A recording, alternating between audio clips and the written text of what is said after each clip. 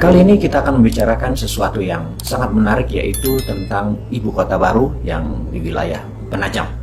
Jadi menurut pendapat pribadi, Penajam akan sulit menjadi ibu kota baru yang katanya pada tahun 2024 Penajam itu akan siap untuk menjadi pusat pemerintahan Indonesia.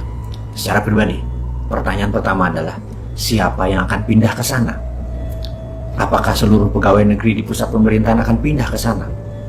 Apakah pusat pemerintahan yang saat ini ada di DKI Jakarta akan segera bisa memindahkan lebih dari 500.000 orang yang terlibat di seluruh kementerian dan pusat pemerintahan itu bisa pindah dalam waktu 3 tahun ke depan? Tempatnya aja belum jadi, sarananya pun belum jadi. Jadi kalau kita melihat ingin memindahkan, katakanlah 5 juta orang ke Penajam tersebut, kalau kita satu hari 10 pesawat aja yang ada digunakan, satu pesawat sekitar 200 orang aja, itu 2.000 orang.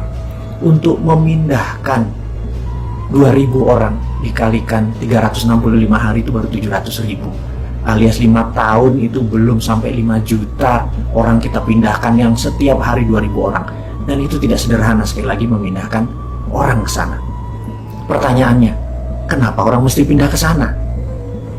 Dalam sejarah umat manusia bermigrasi, terbanyak adalah mereka yang pindah karena harapan tinggal atau harapan hidup di tempat yang lama sudah negatif. Untuk itu mereka memerlukan tempat hajat hidup yang baru, yang harapannya lebih baik, lebih cepat, lebih mudah, lebih sehat, dan lain sebagainya. Apakah di Penajam akan kayak gitu? Apakah di ibu kota baru nanti income seseorang naik 3-4 kali lipat dalam waktu yang cepat? Harapan apa yang ada di sana? Kalau tidak ada harapan yang lebih bagus dari tempat yang lama, siapa yang mau pindah ke sana? Kemudian, membangun infrastruktur. Membangun infrastruktur itu ada infrastruktur yang dasar seperti air, sistem jalanan. Infrastruktur itu bukan sekedar benda berpindah dari satu ke yang lain. Ada banyak. Sarana kesehatan, dan yang paling parah adalah sarana pertahanan. Kita tahu di utara Penajam, di wilayah Indonesia itu ada Malaysia, ada Filipina, ada Tiongkok, yang dengan kapal induknya kita disenderin di Laut Cina Selatan dalam waktu 2 jam itu sudah bisa mencapai Penajam.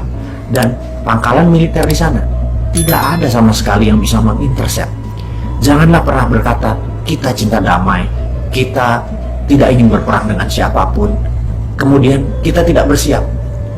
Ingat doktrin dimanapun yang mengatakan kalau kita ingin damai, kita harus bersiap untuk perang. Kita ingin damai, tapi kita harus bersiap untuk perang. Setidaknya pangkalan militer di Kalimantan Timur itu harus tumbuh kira-kira 10 kali atau lebih 10 kali lebih banyak dari, atau 10 kali lebih kuat dari saat ini. Ada intercept radar, ada peluru kendali, ada jet tempur, dan lain sebagainya. Itu belum ada persiapannya sama sekali. Bahkan Kementerian Pertahanan yang saat ini adalah orang yang ingin mencalonkan dirinya di tahun 2024 untuk menjadi presiden berikutnya, itu pun tidak terlihat di buku putih Kementerian Pertahanan akan membangun pangkalan untuk melindungi ibu kota baru di Penajam sampai tahun 2024. Lah kalau dianya tidak membangun atau tidak menyiapkan, bagaimana kalau kita membangun sana sebagai ibu kota baru? Apakah hanya membangun seperti real estate, seperti Bumi Serpong Damai, seperti Alam Sutra? Itu pun memerlukan 20 tahun lebih baru terasa manfaatnya. Jadi kalau dikatakan ibu kota baru nanti akan jadi tahun 2024, saya bisa katakan itu tidak mungkin. Dan banyak yang terbuai bahwa itu mungkin. Proyek itu yang terakhir yang kita mau tanya adalah, sekali lagi kita mau nanya, bagaimana cara membangunnya? Apakah dengan berhutang seperti selama ini? Saat ini aja 7 tahun itu mengutangnya hampir 5.000 triliun, menjadikan total hutang negara itu hampir 6.500 triliun dan lebih. Ditambah membangun ibu kota baru, itu lebih kali dari 5.000 triliun hanya untuk membangun seluruh infrastruktur di sana dan kesiapan software dan hardware. Kita nggak mungkin membangun kota hanya memindahkan hardware. Di situ harus kayak Wakanda, di situ harus digital country, pertama kali menjadi digital ibu kota berdasarkan berbasis teknologi. Dan ini semua tidak siap kita sekarang, teknologinya asing semua, membangunnya pakai uang asing, lalu membangunnya pakai hutang. Di mana kedaulatan bangsa ini? Kalau sebagai proyek mercusuar seperti orang megalomania, ya mungkin aja hal itu bisa dibangun. Tapi sekali lagi, para pejabat di atas dan para pemimpin tertinggi, Anda bukan orang megalomania. Jadi jujur aja, tunggulah masa yang tepat. Saat ini belum tepat. Jadi ada baiknya kita tunda dulu membangun, atau katakanlah tutup aja, tidak usah membangun. Kita nggak pernah kita menuduh bahwa begitu tidak dibangun, wah lo tidak komitmen. Enggak, kita mengerti. Karena kalau kita dikomunikasikan, Anda sebagai pemimpin adalah directed leader, mengarahkan, menginstruksikan. Kita paham kok. Kalau pakai buzzer, pakai orang bayaran, mereka nggak paham. Mereka hanyalah karena dibayar ya mereka serang aja udah. Pokoknya apa sabdonya Anda di echo aja sama mereka, diamplifikasi aja tanpa melihat bahwa implikasi itu sebenarnya tidak begitu maksud Anda. Sekarang Anda harus menjadi directed leader. Katakan tidak jadi membangun penajam.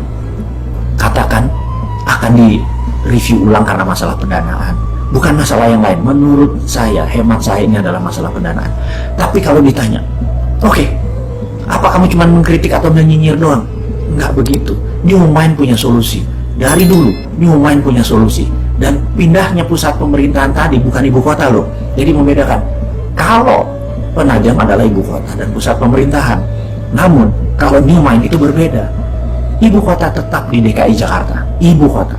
Tapi pusat pemerintahannya kita geser. Kita lihat ada 5.000 hektar pulau reklamasi yang saat ini berada di utara Jakarta. Itu diluruskan. Itu sebaiknya diambil oleh pemerintah pusat.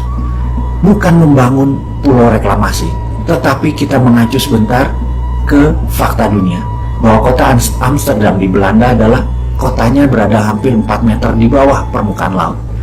Apa yang mereka lakukan? Mereka membangun dam yang sangat besar di laut, sehingga air tawar yang ke laut itu ke dam tadi, dan air laut tadi ditutup dengan giant wall yang besar tadi, sehingga bisa melindungi Amsterdam dan dengan kendali kontrol dari sistem perairan tadi. Nah, kita tahu Jakarta sinking atau menurun perlahan. Kalau didiamkan tanpa ada usaha sama sekali, Jakarta akan tenggelam. Yang terbaik adalah buat giant wall di utara Jakarta, menutupi seluruh teluk Jakarta, ditutup dengan giant wall.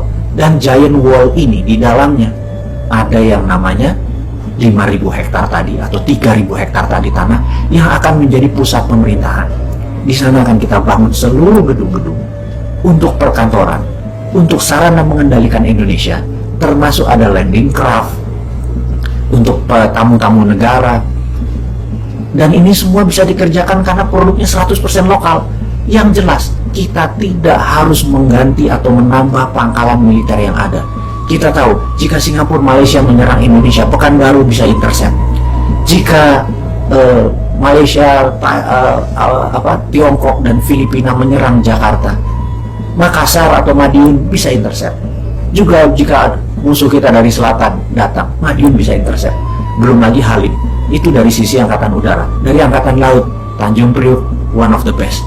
Jadi tidak ada satupun yang kita ubah di dalam sistem pertahanan melindungi ibu kotanya. Jadi selain biayanya murah, tidak antar pulau, ibu kota tetap Jakarta, tapi pusat pemerintahan yang digital, yang Wakandanya, itu ada di pulau reklamasi. Tidak ada ribut-ribut lagi di pulau reklamasi. Yang ada adalah solusi.